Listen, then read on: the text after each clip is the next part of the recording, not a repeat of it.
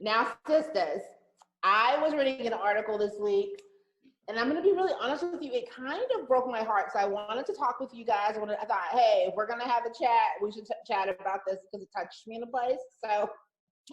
So the story was about this mom, and she was sharing about her daughter who was struggling in school, which is, rough enough. But this young girl, English wasn't her first language.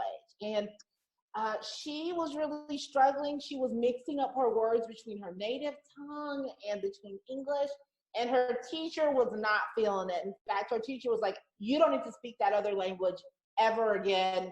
And the little girl went home and she refused to speak in her native tongue. And of course, the mom is like devastated. And, the poor little girl is the things that happen in our childhood play a huge role in the things that we experience when we grow up, right? Like the stories that we tell ourselves. And so I'm just sitting here going, oh, my heart breaks for this little girl, right? So without going into crazy detail about her story, it made me think of us, right? Because we might not speak another language, but we certainly have our own culture, right? And so it just had me thinking, have there ever been any times in your life where you felt different or you struggled in school because of our cultural differences? For me, the only thing was because, of course, our parents have accents. They're from Trinidad, so they have accents. So when it came to spelling, I already struggled with flipping M's and W's and B's and D's and all of that. On top of the accent that, like, when you write how you say things and it's completely not how it's supposed to be written. So that is really the only struggle that I had in school. But it was a huge struggle for me. Yeah. But it was because I'm Trini and I love it. So it was fine.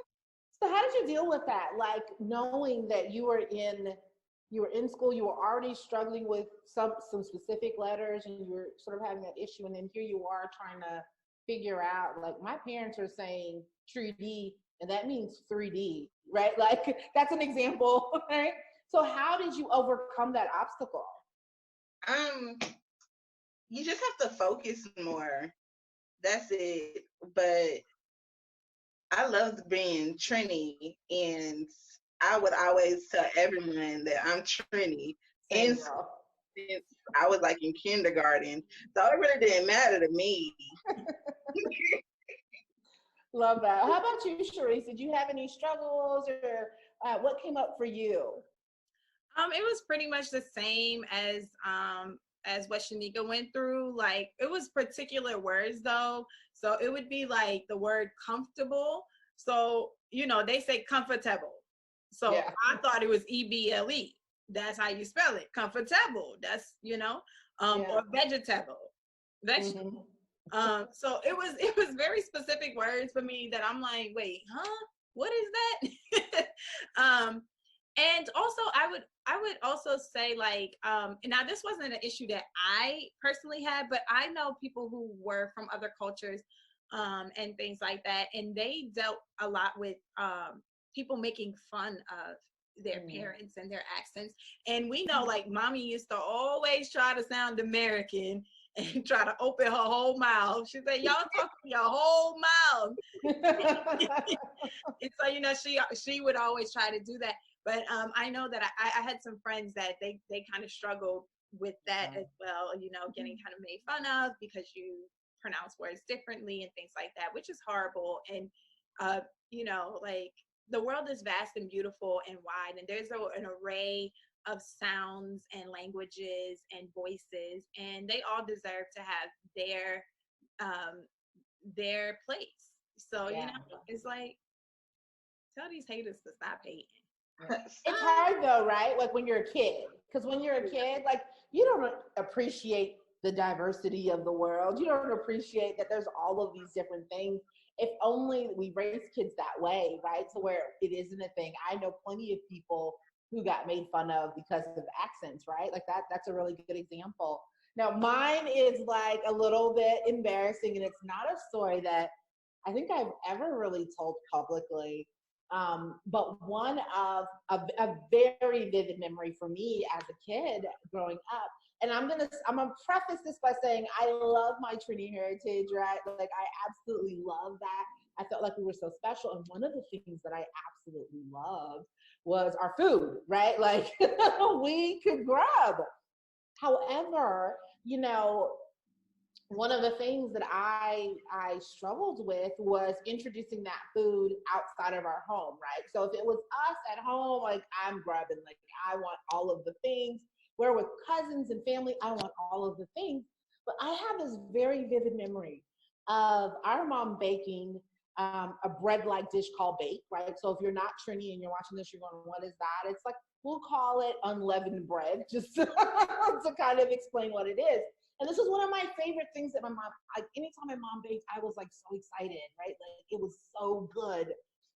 And for my lunch, she packed me some, right? Which would sound so exciting until you get to school and you realize you're the only kid who has bake in their lunch, right?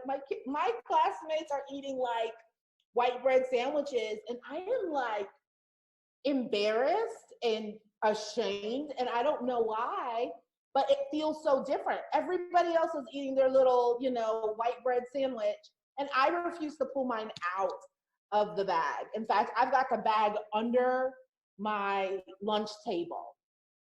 And I'm like, I'm not gonna eat. I'm not gonna eat this lunch period because nobody else is eating bacon cheese.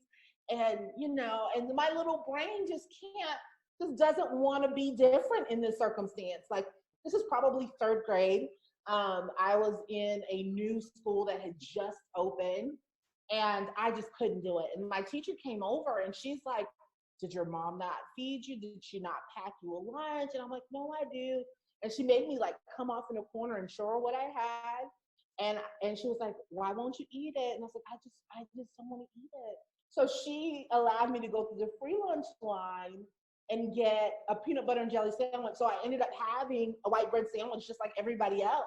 And I was eating the free lunch as if it was like the best thing that ever happened to me when I had something that I actually loved. And I went home that afternoon and like broke out the bacon cheese and enjoyed it. But I couldn't, like the idea at that age of being so different and having something that was so different was really uncomfortable for me and scary for me.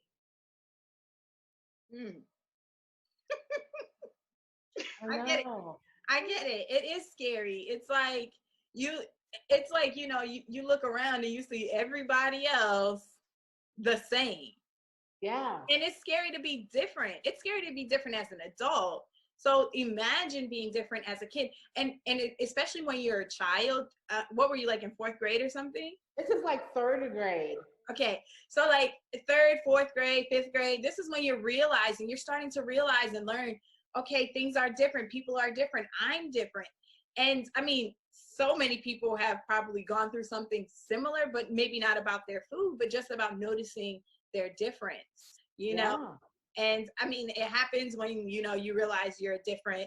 Like if you have a brother and you're a girl, you might realize that you're different.